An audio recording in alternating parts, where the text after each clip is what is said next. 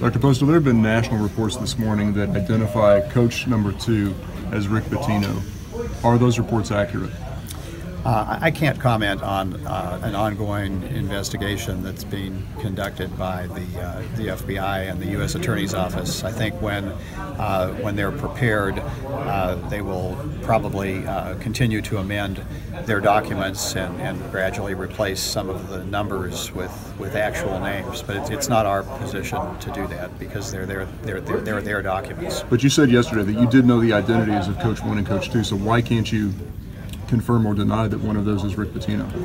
Just because we don't feel it's our place to make those announcements. It's an investigation by the FBI and the U.S. Attorney's Office. Have you decided who will be the new coach or the temporary coach? Not yet, but we are actively looking at that issue. We'll know soon.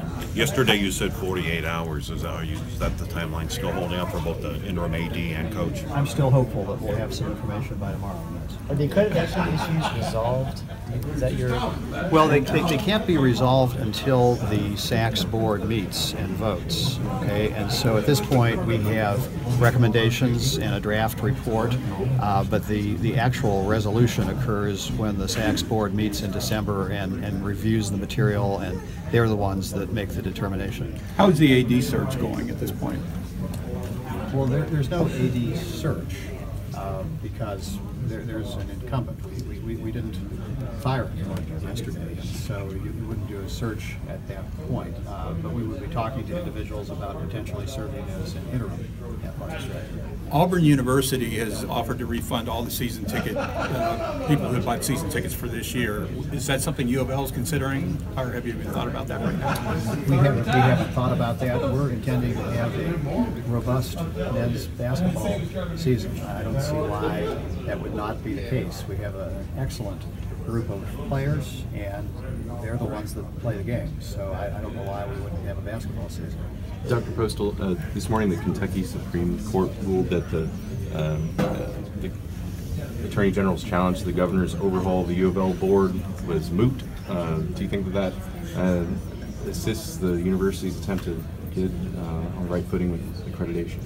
You know, I don't think that issue harms or helps us. I think it's neutral as far as SACS is concerned, because the current law that's in place is consistent with the governor's actions in the view of SACS, and so you know that this is a separate issue, but I don't think it affects the SACS determination one way or the other. Mr. Postel, has the FBI interviewed you in connection with the NCAA scandal? They have not.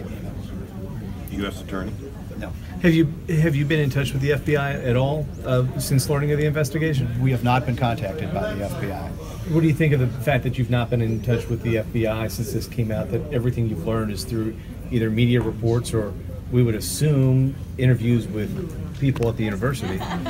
Well, a complaint was issued by the U.S. Attorney's Office, which was detailed, but that was a written document, not a conversation.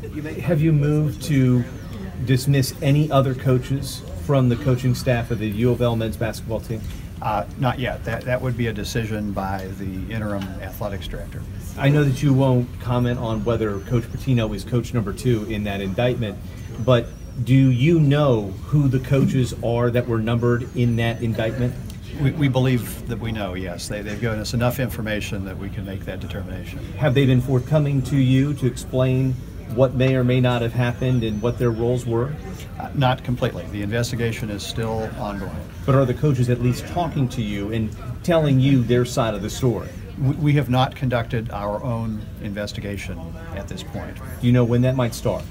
We're going to seek guidance as to the appropriate way to do that, so that we do it in accord with the wishes of the U.S. Attorney's Office. And even though national... the job is being president of the university after all of this? Well, nothing has changed. I still love the university and want it to do well, and this doesn't affect that.